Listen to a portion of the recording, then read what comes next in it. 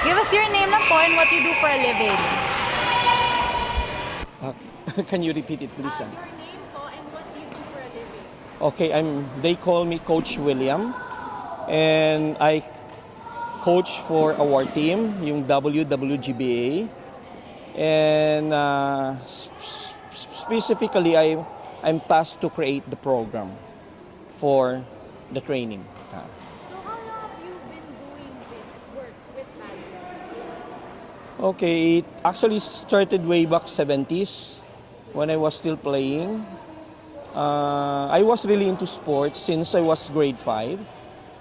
So the passion of sports is really within me. With regards to creating programs, it started way back 2006 when we have the academy, meaning we need to have some sort of a class wherein you have to prepare the lessons for each training session. You mentioned that ever since grade 5, you've been into sports. Yes. So we also heard earlier that you played in the Palakang Pambansa. Yes. So what were your experiences here? During the Palarong Pambansa? Oh, basically, it's really a different setting. During my time, the Palaro is composed of the secondary or the high school and the college. Unlike today, it's only the secondary and the grades and the elementary.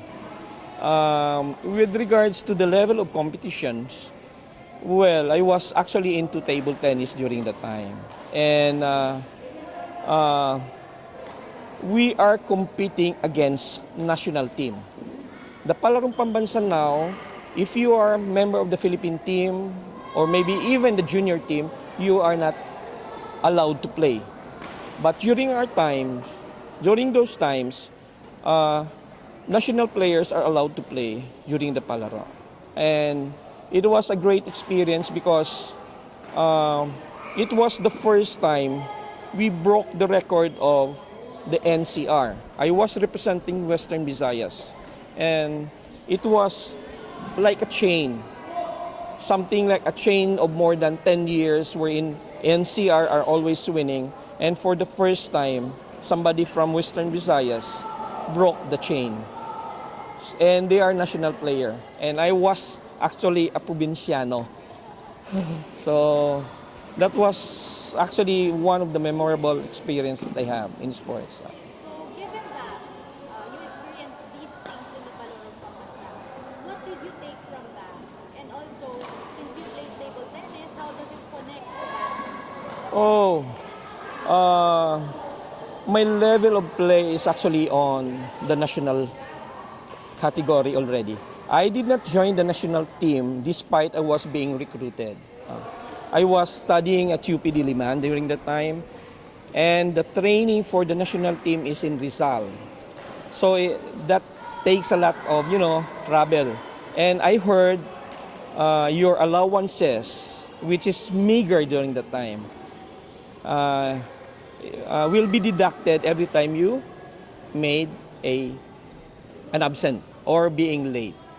So, can we go back? Parang na-slip ako. Sige po. No. Just can you field some more question? How does badminton, your table tennis experience connect to badminton? All right. Okay. Sorry for that. Okay.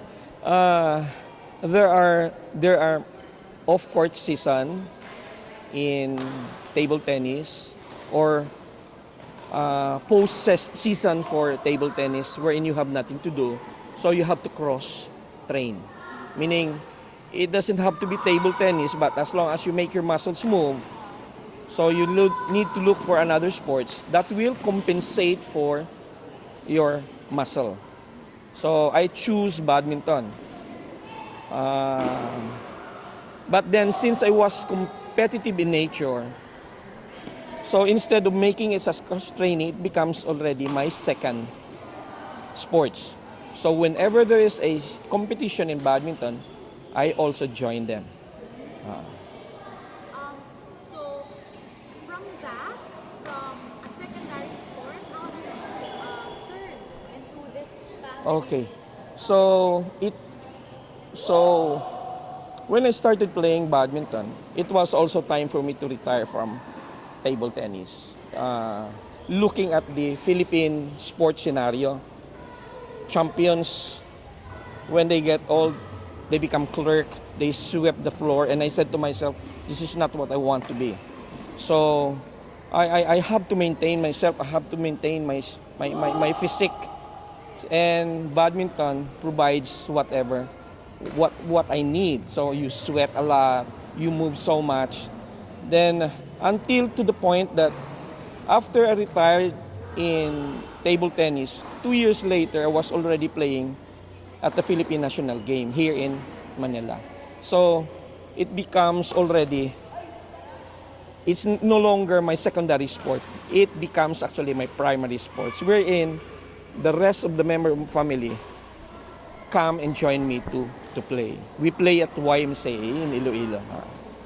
So, how does it feel though to have a business with family members who share the same interests Uh-huh. with you? Okay. When I was having my business before, when I have a business before, other than the sports, other than badminton, this academy, I was always reading management principle. Actually, I have units in management. No, there's always that principle that governs an organization. Okay, but then here comes the Japanese principle of just in time. Before, kasi when Japanese technology or management style came in, it was the famous just in time. So they make decision just in time. They make decision because it's being late is really a failure for an organization. Here in the family structure, you are very fluid. It's so easy to change direction, change policy. You know what I mean. It doesn't have to go into a certain level of red tape, approve. Here it's so easy. You can talk in a casual way with your family members and decide on certain matters. So decision making is very fast. Okay, so aside from that, what advice can you give your son or your pamangkin who are playing now Oh, when it comes to the sport, when it comes to yung magkumpit pa lang po sa palaro? yeah. Before I used to tell them na you really have to train for it, no, because this is competition. You have to train for it, meaning you have to prepare for it. So you train, then you need to join competition, face the competition, and during competition you need to excel. When you excel, you'll be recognized, meaning you have achieved something. So train, you compete to be recognized. Meaning doing everything, doing your best to be recognized. So, eto na lang, last question po. Would you be doing anything else, anything other than what you're doing right now with badminton, with your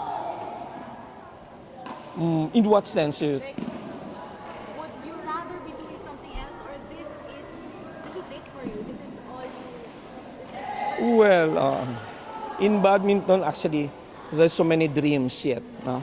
So many things to be done. Actually, we haven't.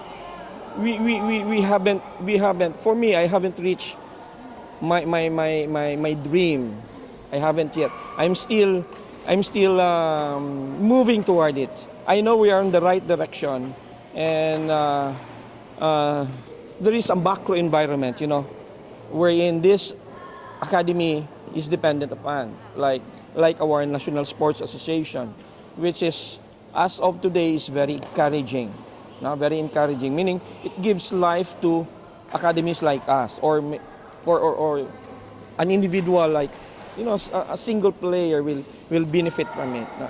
So for me, I am so inspired now with the new NSA people. No, they are the new ones. With it's really a I think it's the best thing that happened to the National Sports Association now. We have an international coach. We have people who are supportive. They are wealthy. They can spend for it, and they have the political will to make the change. So hopefully, as we have dream of of having a Filipino in the Asian, maybe in the world tournament, no. I know it's really maybe ambitious, but if you look at other Asian countries, no, nothing hinders their dream. No, as long as you have the will, maybe the will and the proper training, the discipline. So, sir, that goal is having an Asian compete in the world. Your personal goal? Yes, we should have a Filipino competing in the Asian, the World Series, no? Actually, when you say the Asian level is actually the world level, no? Because most of the world champion comes from Asian countries. All right, that's it, sir. Thank you so much.